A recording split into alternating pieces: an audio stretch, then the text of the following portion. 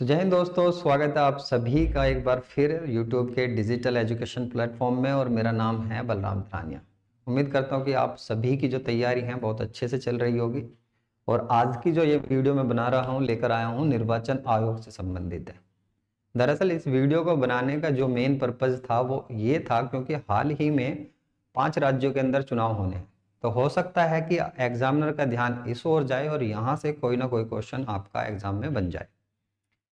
तो इस क्लास को स्टार्ट करने से पहले मैं थोड़ा सा आपको ये बता देता हूं कि निर्वाचन आयोग होता क्या है। आप इसको निर्वाचन आयोग भी कह सकते हो और चुनाव आयोग भी कह सकते हो। दरअसल यदि कोई देश है जहां पर लोकतंत्र है, वहां पर जो शासनाध्यक्ष होता है यानी राष्ट्र का जो अध्यक्ष होता है, राष्ट्र का जो नेता होता है, उसे चुनने की एक प्रक्रिया निभाई जाती है। जनता के द्वारा चुना जाए या किसी भी पर्पज से चुना जाए तो उसको चुनने की एक प्रक्रिया निभाई जाती है। उस प्रक्रिया को निभाने के लिए जो नियम कानून बनाए जाते हैं कि किस तरह से वो चुना जाएगा, कौन कौन वोट डालेंगे, किस तरह से उसका चुनाव होकर आएगा, कितनी धनराशि उसने जमा करनी है सिक्योरिटी के तौर पर, और क्या उसकी प्रक्रिया होगी, उसके लिए जो नियम कानून बनाए जाते हैं वो एक संस्था के द्वारा बनाए जाते हैं और उसी को कहा जाता है निर्वाचन आयोग। आज हम इस क्लास में निर्वाचन आयोग से संबंधित सभी जो क्वेश्चन है आपके एग्जाम में बन सकते हैं, चाहे वो वन लाइनर का क्वेश्चन हो या स्टेटमेंट बेस्ड क्वेश्चन हो, तो कोई भी क्वेश्चन हो, इस क्लास को देखने के बाद आप एग्जाम में उसे अच्छे से कवर कर पाओगे। चलिए तो क्लास को स्टार्ट करते हैं। देखिए, जब हम निर्वाचन आयोग की बात करते हैं तो निर्वाचन आयोग का गठन किया गया था 25 जनवरी 1950 ईस्वी को। इसीलिए हम 25 जनवरी का जो दिन है उसको वोटर डे के रूप में मनाते हैं। वोटर डे के रूप में मनाया जाता है और इस बार जो हमने 2023 में मनाया है, ये 13वें नंबर का मनाया है। तो सबसे पहला भी हमने मनाया होगा, सबसे पहला 2011 में मनाया गया था जो फर्स्ट था। यदि आपसे पूछता है कि इस बार कौन से नंबर का मनाया गया है, 13वां। सबसे पहला हमने कब से मनाना स्टार्ट किया था, तो ये किया था 2011 से। सबसे पहला 2011 में मनाया था। निर्वाचन आयोग संविधान के भाग 15 में बताया गया है। दरअसल भारतीय संविधान के अंदर 22 भाग हैं। देखिए 22 भाग हैं और 22 भाग में से जो 15वें नंबर का भाग है उसमें निर्वाचन आयोग के बारे में बताया गया। अनुच्छेदों की बात करें तो उसी तरह 395 अनुच्छेद हैं और 395 में से जो 324 से लेकर 329 तक का जो अनुच्छेद है वे निर्वाचन आयोग के कार्यों के बारे में बताते हैं। इसके जो अध्यक्ष हैं, निर्वाचन आयोग के जो अध्यक्ष होते हैं उनके बारे में, इसके नियम कानूनों के बारे में बताते हैं। निर्वाचन पद्धति की बात करें तो देखिए, निर्वाचन पद्धति जो है ये ब्रिटेन से ली गई है। दरअसल जो हमारा संविधान है, भारत का जो संविधान है, वो विभिन्न देशों के स्रोत से मिलकर बना है। जो भारतीय संविधान को बनाने के लिए हमने विभिन्न देशों का एनालिसिस किया था।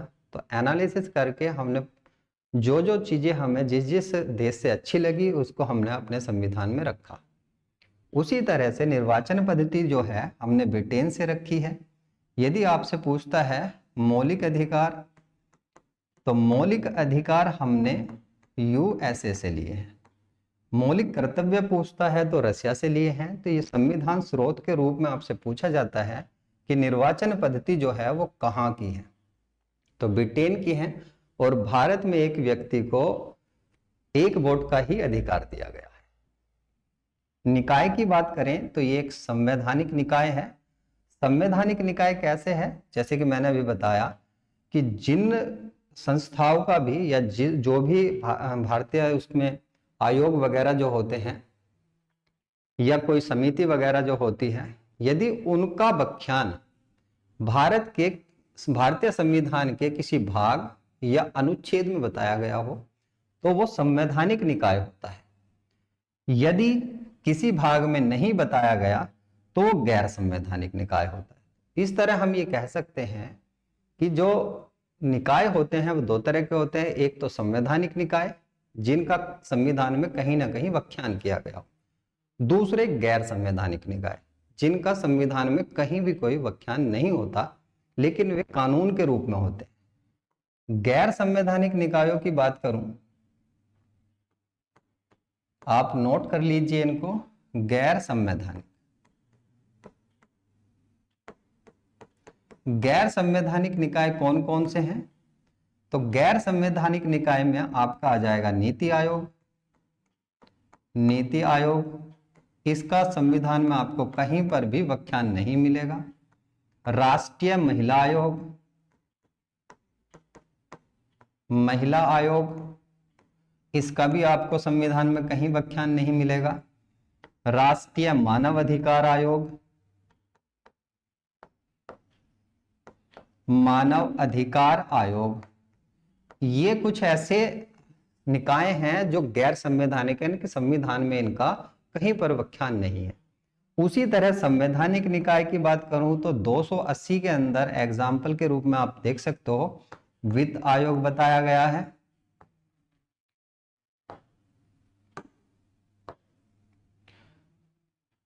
टू 279A के अंदर जीएसटी को रखा गया है, जीएसटी संशोधन हुआ था, तो 279A के अंदर जीएसटी। तो इस तरह हम कह सकते हैं कि जीएसटी संवैधानिक निकाय है। वित्त आयोग 280 में संवैधानिक निकाय है। निर्वाचन आयोग भाग 15 में है और 324 से लेकर 329 तक है, ये भी एक प्रकार का संवैधानिक निकाय है। गैर संवैधानिक निकाय ये हैं जिनका संविधान में कहीं भी जिक्र नहीं मिलता। राज्य चुनाव आयोग की बात करें यानी कि स्टेट इलेक्शन कमीशन की बात करें तो स्टेट इलेक्शन कमीशन आपको 243 के नाम का जो अनुच्छेद है उसमें मिलेगा, और इसके बारे में भी हम जैसे जैसे क्लास आगे बढ़ेगी तो हम इसके बारे में भी थोड़ा बहुत पढ़ेंगे जरूर। आगे बात करते हैं इसके सदस्यों की। तो सारे पॉइंट देखिए ज्यादातर मैं लिख के लेकर आया हूं केवल इस पर्पज से कि वीडियो ज्यादा लंबी ना हो। ये सभी पॉइंट मैनुअली लिखेंगे तो टाइम लगता है, यदि मैनुअली नहीं लिख रहे हैं, इनको ऐसे ही एक्सप्लेन मैं करूंगा तो समय की बचत होगी और आप अच्छे से समझ भी पाओगे। देखिए भारत के अंदर जो सदस्य निर्वाचन आयोग है जो संविधान में बताया गया है वो 3 सदस्य निकाय है, जिसमें एक मुख्य होता है और 2 अन्य होते हैं। मुख्य की बात करें तो वर्तमान में राजीव कुमार जी मुख्य चुनाव आयुक्त हैं और 2 अन्यों में अनूप चंद्र पांडे और अरुण गोयल जी हैं। इनकी जो नियुक्ति की जाती है वो राष्ट्रपति के द्वारा की जाती है, और इनको नियुक्त तो राष्ट्रपति जरूर करता है लेकिन हटाने की जो प्रक्रिया है वो संसद के द्वारा होती है। जिस तरह से जो राष्ट्रपति है उसको महाभियोग लगाकर हटाया जाता है, सर्वोच्च न्यायालय का जो न्यायाधीश है उसको भी महाभियोग लगाकर संसद के द्वारा हटाया जाता है, उसी सेम प्रक्रिया से महाभियोग लगाकर जो निर्वाचन आयोग है उसके सदस्यों को हटाया जाता है, जो मुख्य निर्वाचन आयुक्त होते हैं। बात करें इस 3 सदस्य निकाय की, देखिए अभी तो ये 3 सदस्य निकाय है, लेकिन पहले ये 3 सदस्य निकाय के रूप में नहीं जाना जाता था। देखिए बहुत किताबों में तो आपको ये 16 अक्टूबर करके मिलेगा और कुछ किताबों में 15 अक्टूबर करके मिलेगा।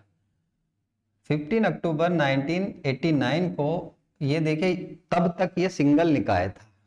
16 अक्टूबर से लेकर अब तक, हालांकि बीच में परिवर्तन हुआ था इसमें, लेकिन आप केवल ये वाली डेट याद रखना, 16 अक्टूबर से इसको 3 सदस्य निकाय कर दिया गया। उसके बाद देखिए ये दोनों डेट तो आप एक तरह से भूल जाइए, ये याद करने की जरूरत नहीं। पहली बार इसको 3 सदस्य निकाय कब किया गया तो 16 अक्टूबर 1989 ईस्वी को किया गया, और परमानेंट अब तक जो चला आ रहा है 1 अक्टूबर 1993 से लेकर अब तक ये 3 सदस्य निकाय के रूप में ही जाना जाता है। इसके जो सदस्य हैं यानी कि एक चुनाव आयुक्त बनने के लिए जो उसकी आयु न्यूनतम होती है उसके बारे में कोई व्याख्यान नहीं है, बस ये है इसका अधिकतम कार्यकाल बताया गया है।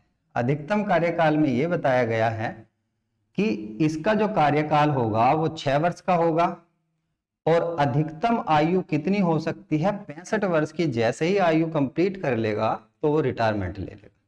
हो सकता है उसका कार्यकाल 6 वर्ष का भी पूरा ना हुआ हो।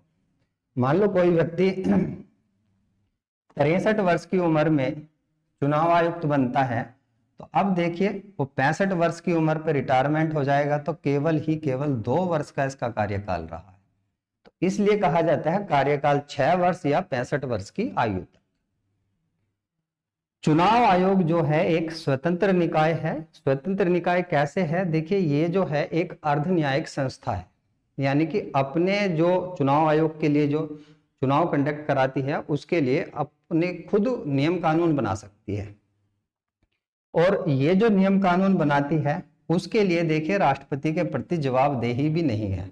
मान लो कोई चुनाव हो रहा है, जैसे अभी लोकसभा के चुनाव होंगे, तो उसमें कोई नई चीज निकाल दे सदस्यों के लिए कि उन्होंने प्रचार इतने दिन तक करना है या प्रचार तब तक करना है, इतना पैसा लेना है, इतना पैसा आप फंड में ले सकते हैं, तो इस तरह के जो भी नियम बनेंगे उसके प्रति ये राष्ट्रपति को जवाबदेही भी नहीं है।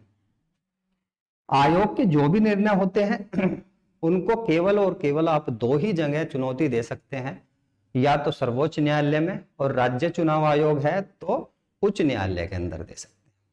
तो जितने पॉइंट मैंने अभी तक आपको ये समझाए हैं, उम्मीद करता हूं कि आपको सारे समझ में आए होंगे। वीडियो अच्छी लग रही है तो एक बार लाइक जरूर कर दें और अपने दोस्तों को भी शेयर जरूर कर दें। आगे बात करते हैं राष्ट्रीय पार्टी का दर्जा कैसे दिया जाता है। दरअसल ये हम क्यों समझेंगे, क्योंकि देखिए वर्तमान में जो राष्ट्रीय पार्टी हैं, ये जो 3 राष्ट्रीय पार्टी हैं, इनको राष्ट्रीय पार्टी के दर्जे से खत्म किया गया था, जिसमें कम्युनिस्ट पार्टी थी, एनसीपी आई थी और टीएमसी थी, और एक पार्टी जो आप पार्टी थी उसको राष्ट्रीय पार्टी का दर्जा दिया गया था। तो एग्जामिनर का हो सकता है कि उस ओर ध्यान चला जाए, आपसे कुछ चीजें यहां से भी पूछ ले, तो इसी को हम पढ़ेंगे। सबसे पहले जानते हैं कि राष्ट्रीय पार्टी का दर्जा कैसे दिया जाता है। ये क्वेश्चन स्टेटमेंट बेस्ड बनते हैं, आपसे पूछा जाता है कि राष्ट्रीय पार्टी का दर्जा देने के लिए निम्नलिखित कथनों पर विचार करें। तो ये कथन देगा, किस किस तरह से आप इनको देख सकते हैं। देखिए राष्ट्रीय पार्टी का जो दर्जा दिया जाता है, election symbol, reservation and allotment order 1968 के तहत, यानी कि चुनाव चिन्ह, आरक्षण एंड आवंटन आदेश 1968 के तहत किसी पार्टी को राष्ट्रीय पार्टी का दर्जा दिया जा सकता भी है और खत्म भी किया जा सकता है। वो कौन सी ऐसी स्थिति है जिनमें उन्हें दिया जा सकता है, तो 4 राज्य, 4 राज्यों के अंदर यदि कोई पार्टी 6% मत हासिल करती है तो उसको राष्ट्रीय पार्टी का दर्जा दिया जा सकता है।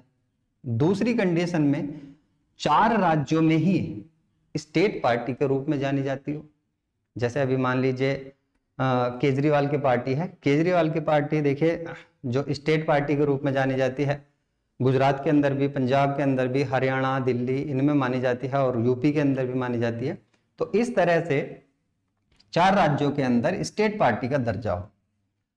लोकसभा चुनाव के अंदर तीसरी कंडीशन ये है कि लोकसभा के जो चुनाव हैं, लोकसभा चुनाव में 2% सीटें, यानी कि कुल मिलाकर लोकसभा की देखिए 500, अभी वर्तमान में 550 अधिकतम सीटें हो सकती हैं, और जो 543 सीटें हैं वे ही भरी जाती हैं।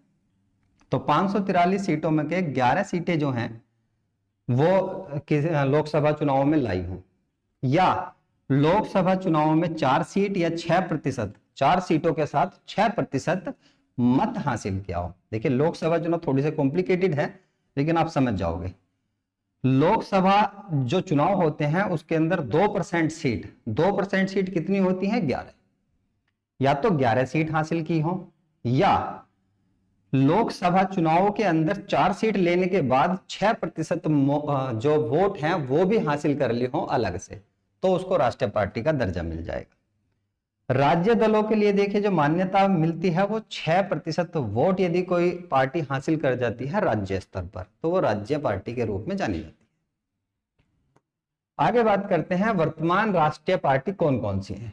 तो वर्तमान के बात करें तो यहाँ पर 6 ही ऐसी पार्टी हैं जो वर्तमान में राष्ट्रीय पार्टी है, जिसमें बीजेपी, कांग्रेस, बीएसपी, सीपीआई-एम ये मार्क्सवादी है, एनपीपी नेशनल पीपल पार्टी और आप। ठीक है, ये 6 ऐसी पार्टी हैं जिनको राष्ट्रीय पार्टी का दर्जा मिला है। हाल ही में जो दर्जा दिया गया है ये इसे मिला है, तो इसका सन आपके लिए इंपॉर्टेंट हो जाता है कि आपको कब बनाया गया था, 2012 में। उसके बाद सबसे ज्यादा एग्जामों में ये पूछा जा चुका है, उत्तर प्रदेश के जो एग्जाम होते हैं उनमें कई एग्जामों में पूछा जा चुका है कि बीएसपी का गठन कब हुआ था। 15 अप्रैल 1984 ईस्वी को। भाजपा इसलिए पूछी जा सकती है क्योंकि वर्तमान में चुनाव होने हैं, तो इससे भी क्वेश्चन बन सकता है 1980 में। कांग्रेस की बात करें तो इसको हम इतिहास में पढ़ते हैं कि कांग्रेस का गठन कैसे हुआ था 1885 ईस्वी में। हालांकि एक बच्चों वाला क्वेश्चन हो चुका है, अब एग्जामों में इतना नहीं आता। हाल ही में राष्ट्रीय पार्टियों का दर्जा किस किस को खत्म किया गया है, तो CPI, communist party of India, इसको बनाया गया था एम.एन. राव जी के द्वारा। और कहां बनाया था, 1925 ईस्वी में कानपुर के अंदर। तो ये इतिहास में भी पूछा जाता है और नॉर्मली वैसे भी पूछा जाएगा।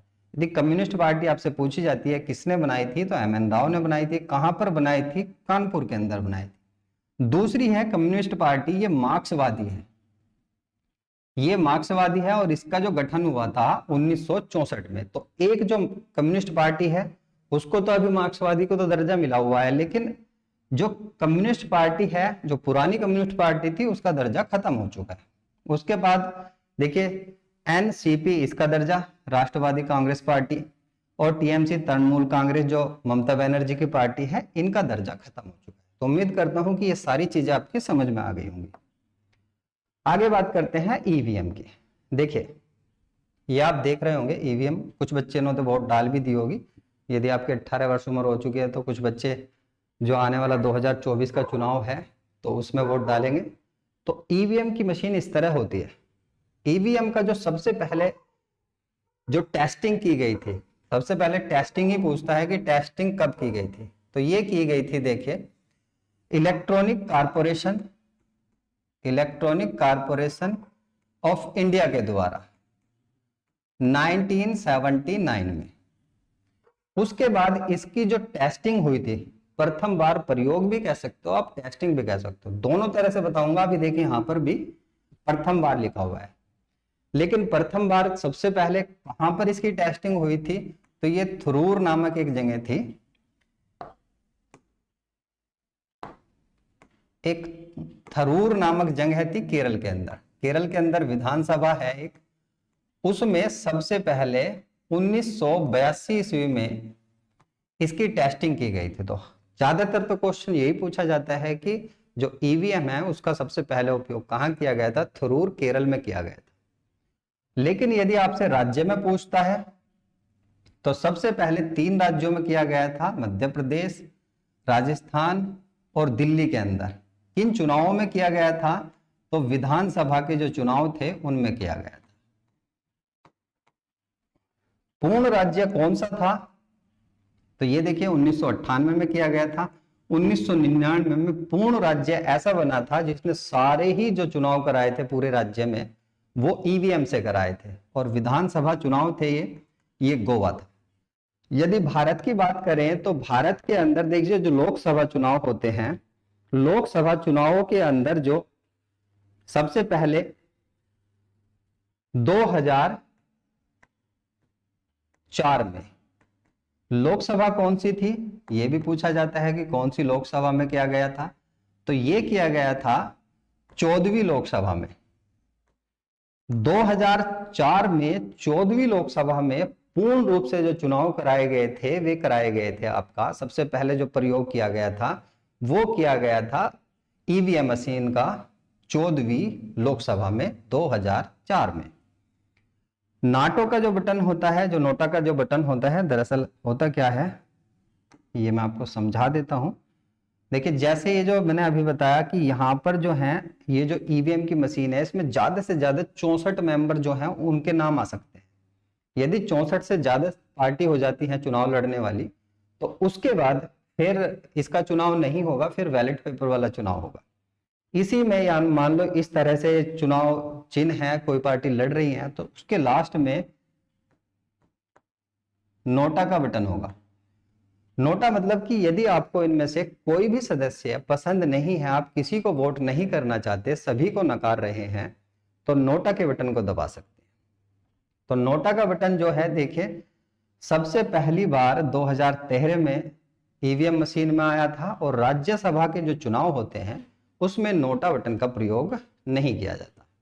तो यहां तक जितनी भी चीजें थी मैंने आपको समझाई। हो सकता है कि सारी चीजें आपकी अभी समझ में ना आई हो, तो एक बार वीडियो को पीछे कर लीजिए, देख लीजिए, आपकी सब चीजें समझ में आ जाएगी।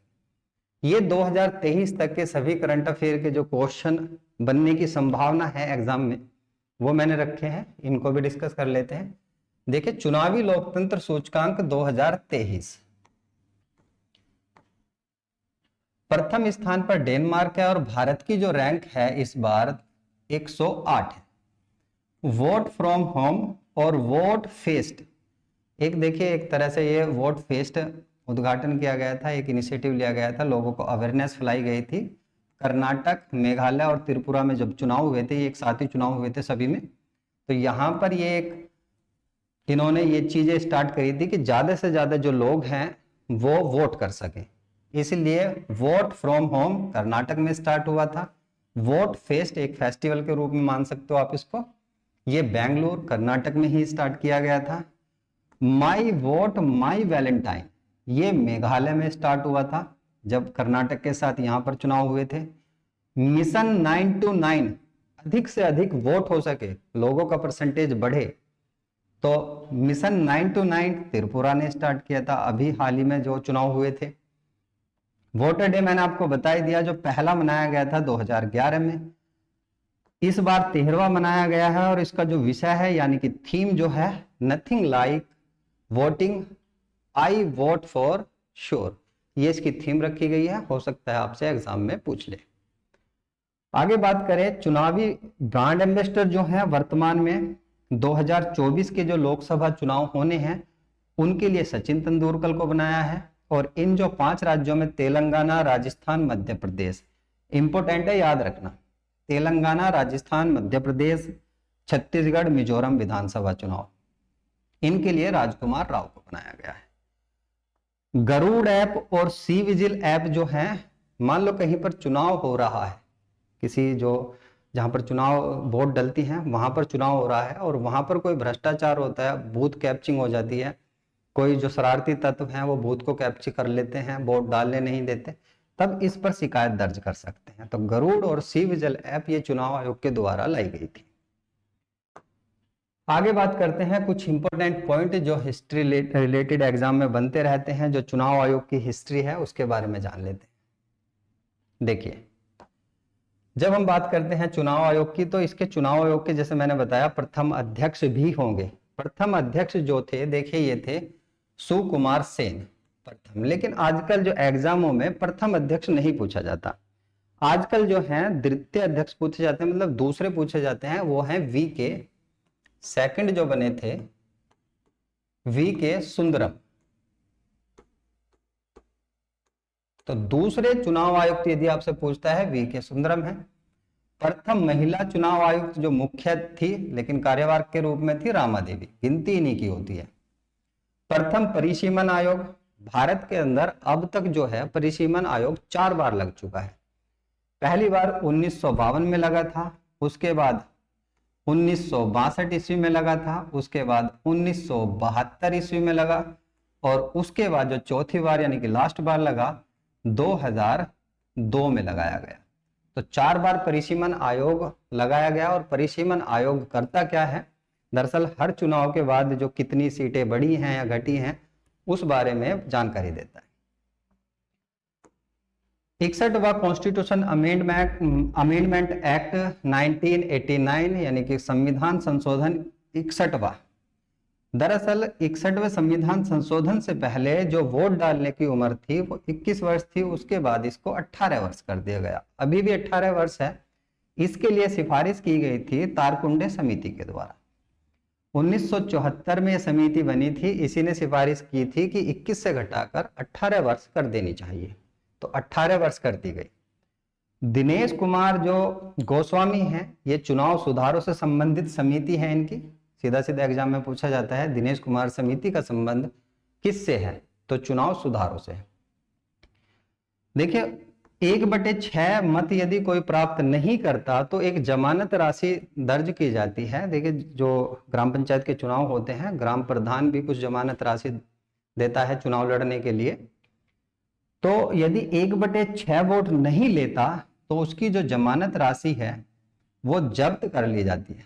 जैसे हम बात करें, जो राष्ट्रपति है, राष्ट्रपति के लिए जो है, राष्ट्रपति के लिए जो जमानत राशि है वो 15,000 रुपये है।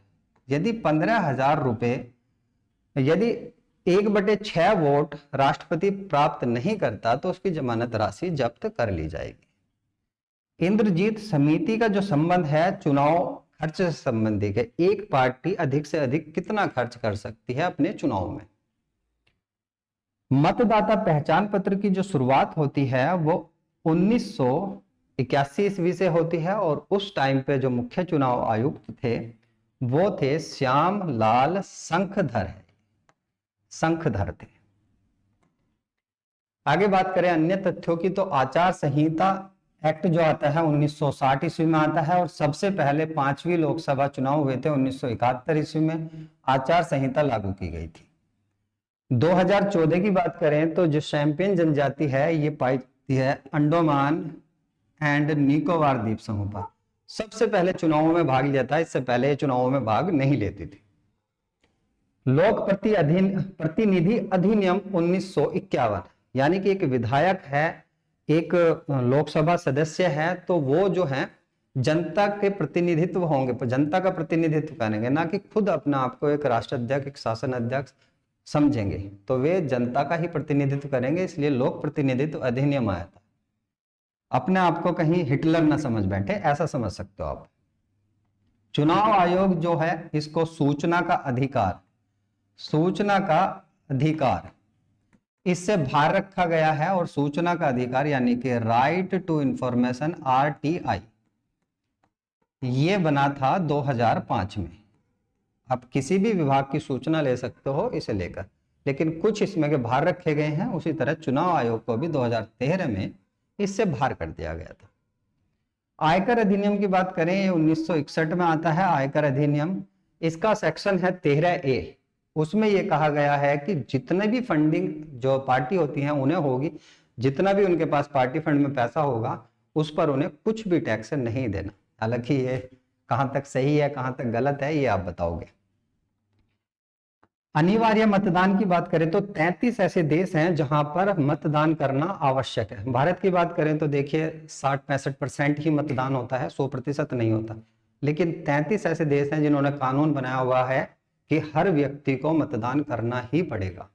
तो यदि मतदान नहीं करेंगे तो उन्हें सजा का भी प्रावधान किया गया है। तो 33 देश ऐसे हैं। अप्रवासी भारतीयों के लिए मतदान का अधिकार 2010 से दिया गया कि जो अप्रवासी भारतीय हैं, जो भारतीय व्यक्ति हैं और विदेश में जाकर रहने लग जाते हैं, वे लोग भी वोट कर सकते हैं। वो तब जब दोहरी नागरिकता का प्रावधान किया गया। महिलाओं की बात करें, महिला भागीदारी देखिए 1893 ईस्वी में न्यूजीलैंड वो देश था जिसने सबसे पहले महिलाओं को मतदान का अधिकार दिया था। भारत की बात करें तो 1919 का जो अधिनियम आया था उसमें यह कहा गया था कि महिलाओं को निर्वाचन दिया जाएगा। महिलाएं जो हैं मत डाल सकती हैं, वोट डालने का अधिकार होगा। लेकिन इन्होंने जो प्रथम बार वोट डाली थी महिलाओं ने, वो डाली थी 1928 ईस्वी में। तो दोनों पॉइंट आपके लिए इंपॉर्टेंट हैं, ये आपने याद रखना। आगे बात करते हैं चुनाव आयोग के कार्य और शक्तियों के बारे में। इंपॉर्टेंट फैक्ट यहां से आपके स्टेटमेंट बेस बनते हैं। पोर्शन ये भी काफी ज्यादा इंपॉर्टेंट है, तो अभी वीडियो को छोड़कर मत जाइए। थोड़ा सा राज्य चुनाव आयोग के बारे में पढ़ेंगे और इसके प्रमुख अनुच्छेदों के बारे में पढ़ेंगे। तो देखिए यहां पर है चुनाव आयोग। चुनाव आयोग के कार्य और शक्तियों की बात करें तो राज्यसभा, लोकसभा, विधानसभा, राष्ट्रपति और उपराष्ट्रपति के जो चुनाव हैं उनके जो कराने की जिम्मेदारी है वो जो चुनाव आयोग है, भारत का निर्वाचन आयोग है, उसकी है। यदि आपसे पूछता है कि निम्नलिखित में से किन चुनावों को कंडक्ट कराने की जिम्मेदारी चुनाव आयोग की है या नहीं है, तो यदि यहाँ पे ग्राम पंचायत चुनाव आ जाएगा तो ये भारत का निर्वाचन आयोग नहीं कराएगा, इसको कराएगा राज्य चुनाव आयोग। राज्य विधानसभा के चुनाव की तारीख तय करना भी इसी का कार्य है। प्रत्येक चुनाव से पहले आचार संहिता, और मैंने अभी आपको बताया ही है 1971 ईस्वी का जो 5वीं लोकसभा थी उसमें आचार संहिता सबसे पहले लगाई गई थी। राजनीतिक दलों पर नियंत्रण रखने का काम यही करता है। चुनाव लड़ने योग्य जो पार्टी है उनका पंजीकरण देता है। मान लो किसी ने अभी नवी नवी पार्टी बनाई है तो उसे चुनाव लड़ने के लिए पंजीकरण कराना होता है चुनाव आयोग से। तो पंजीकरण कौन देता है? तो चुनाव आयोग देता है। जो प्रचार का खर्च है उसकी सीमा को तय करता है, निगरानी रखता है, सदस्यों को अयोग्यता की सिफारिश कर सकता है। मान लो कोई सदस्य ऐसा है जो गलत तरीके से चुनाव को जीत गया हो तो उसको अयोग्य भी घोषित कर सकता है। और ऐसे मामलों के लिए, क्योंकि हम बात कर रहे हैं केंद्रीय चुनाव आयोग की, जो भारत का चुनाव आयोग है उसकी बात कर रहे हैं, यदि राज्य चुनाव आयोग की बात होगी, मान लो किसी सदस्य को अयोग्य घोषित करना है तो उसके लिए सिफारिश राष्ट्रपति से कर सकता है और राज्य स्तर पर जो राज्य चुनाव आयोग होता है वो राज्यपाल से कर सकता है। आगे बात करें निर्वाचन आयोग के संवैधानिक प्रावधान। ये कुछ प्रावधान दिए गए हैं राज्य निर्वाचन आयोग के। अभी हमने पढ़ा केंद्रीय चुनाव आयोग यानी कि जो भारत का चुनाव आयोग है उसके बारे में पढ़ा। अभी पढ़ेंगे हम राज्य चुनाव आयोग के बारे में।